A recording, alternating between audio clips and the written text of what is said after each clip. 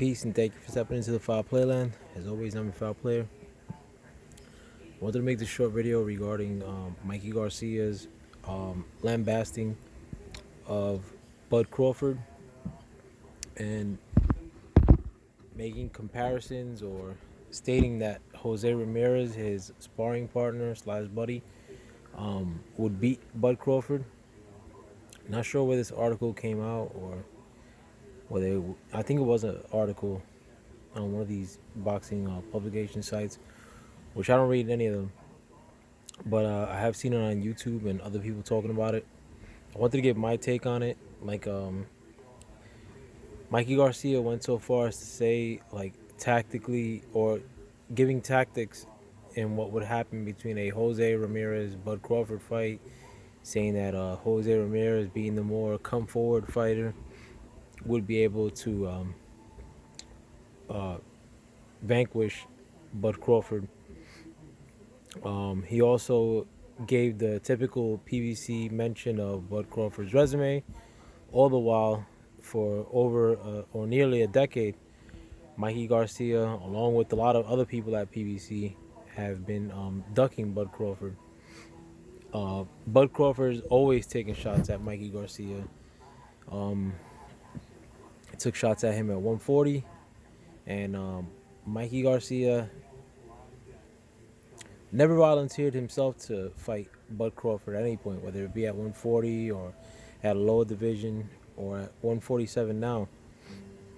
And we also know that Bud Crawford actually beat Mikey Garcia in the amateurs. But I think Mikey Garcia is just playing the role of what all these other PBC fighters are doing. It's making a mention of Bud Crawford's resume, all the while not volunteering to fight him himself. But it's pretty typical. A lot of people are saying that Bud Crawford didn't fight anybody at 147 or anybody who's at the level of Jose Ramirez. But when Bud Crawford detaches Jose Ramirez's head, they're gonna say that he wasn't ready. Cause as a come forward fighter, I can't rank Jose Ramirez above even a Jeff Horn. Jose Ramirez won't beat Errol Spence. Jose Ramirez would probably have a tough time with Danny Garcia. Jose Ramirez would probably have a tough time with Sean Porter. I think he would get beat by Sean Porter. Jose Ramirez would have a tough time with Ugis. And Jose Ramirez would get beaten to a pulp probably by Bud Crawford. And that's not me being a Bud Crawford fan. That's just giving you in a tactical sense, like what would happen. I don't think that Jose Ramirez is more powerful than Jeff Horn. Jeff Horn was too big for the weight. Jose Ramirez is too big for 140. He's not going to be too big for 147. And I don't think he packs a wallop like that. Jose Ramirez has a decent record, but it's not all that. His biggest win is against Maurice Hooker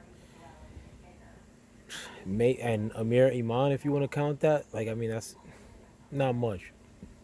Mikey Garcia, his resume is not at Bud Crawford's level either. To be frank, he wants to talk all that mess, but Mikey Garcia, since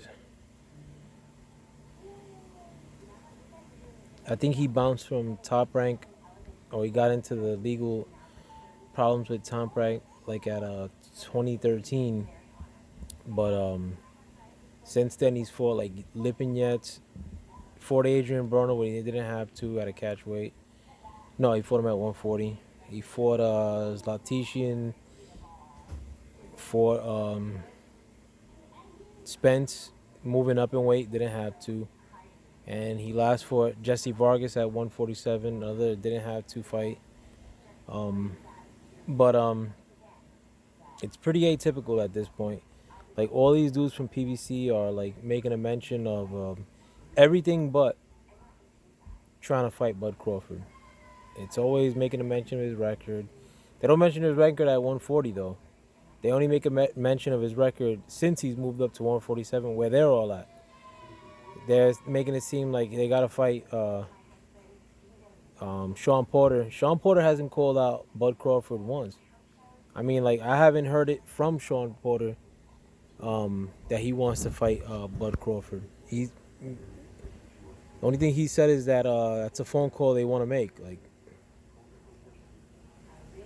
I mean, like, what does it cost to make a phone call? Call and collect. Like, that's easy. There's nothing going on in the coronavirus right now. Making a phone call, if you really want to fight the guy, though, is simple. And last I checked, Sean Porter is without a belt, and Bud Crawford's the champion. Ugas has made no mention of trying to fight Bud Crawford. Errol Spence, the biggest chump amongst all of them, is going to duck and dodge his way into 154 or 160. Probably fight Canelo or something. And, you know, a lot of the fanboys are going to say that it was a smart move. It was a money move. You know, and then you'll see Errol Spence getting his head detached at 154, at 160 from here on out, and get his concussion into retirement rather than fighting Bud Crawford, though. But it's the same shit from PBC. I totally tuning out PBC. No fights since the coronavirus, and I mean, I can't blame them in that end. But you know, a lot of people that are pro PBC, no matter what they do, are bashing the fights that Top Rank has put on. But I mean, they're doing it in the midst of a pandemic, while PBC has done zero. And once this pandemic resumes, it's not like we got a bunch of popping fights at the end of all this. We had the same whack ones that they planned on before the pandemic, i.e. Tank Davis versus Leo Santa Cruz on pay-per-view, Danny Garcia versus Errol Spence, maybe, unless Errol Spence takes a tuner before he fights Danny Garcia, which is very probable. But Danny Garcia versus Errol Spence on pay-per-view, garbage. Like PBC is giving you a little bit better garbage than what Top Rank is offering you during the pandemic, and PBC is charging you. You know, and you shouldn't say nothing about PBC because, you know, Al Heyman's a brother too. And you know, like I've heard some channels say that Mikey's only riding with Jose Ramirez because they're both Mexicans. How about us, the real boxing fans or black boxing fans, start riding with Bud Crawford?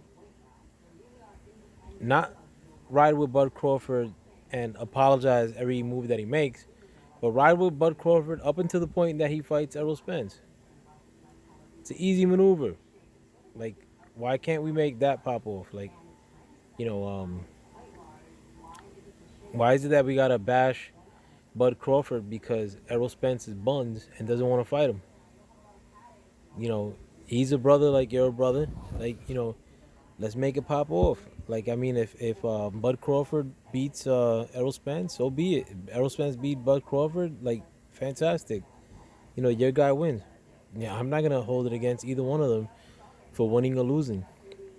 I mean, I just want them to do bigger things after that, sure, but you know, I'm not gonna ride for a dude because he's two buns to face off somebody else, and I'm totally from the school of thought that Errol Spence is not gonna fight Bud Crawford ever. You know, it's the biggest fight that could be made in boxing right now, besides Wilder and Fury, or whoever wins that against AJ. That fight has totally lost his luster, and Bud Crawford versus Errol Spence is losing its luster too. And you know, I'm not gonna take sides and say that one guy shouldn't fight the other. You know, when that's a easy fight to be made. You know, Tyson Fury is represented by Top Rank, and Errol Spence is represented by the PBC. Make that pop. Like, you know, these welterweights are all chumps that are on PBC. You know, And it's not saying that I don't think that Bud Crawford's um not at fault with all this too, but enough's enough. Like you got a lot of dudes that aren't champions that are like ducking a chance to fight a champion, and a lot of PBC apologists are like laughing, they have a point or a leg to stand on. Like I'm not a boxing fanboy. Like the fact that Al Heyman may look closer to me than Bob Arum does means zero to me. I mean, like a lot of preachers that are banging teenage chicks in the congregation and stealing money from the congregation while they're pushing Bentleys look a lot like me too. But do I rock with them just because they look like me? Or they're the lesser of two evils? Nah. 2020 is division. We should see things a lot more clearly now. If people are marks, we call them out for marks. It's easy. With that, I'm out. Peace. Thank you for stepping into the foul play line with me. As always, I'm your foul player. Good night.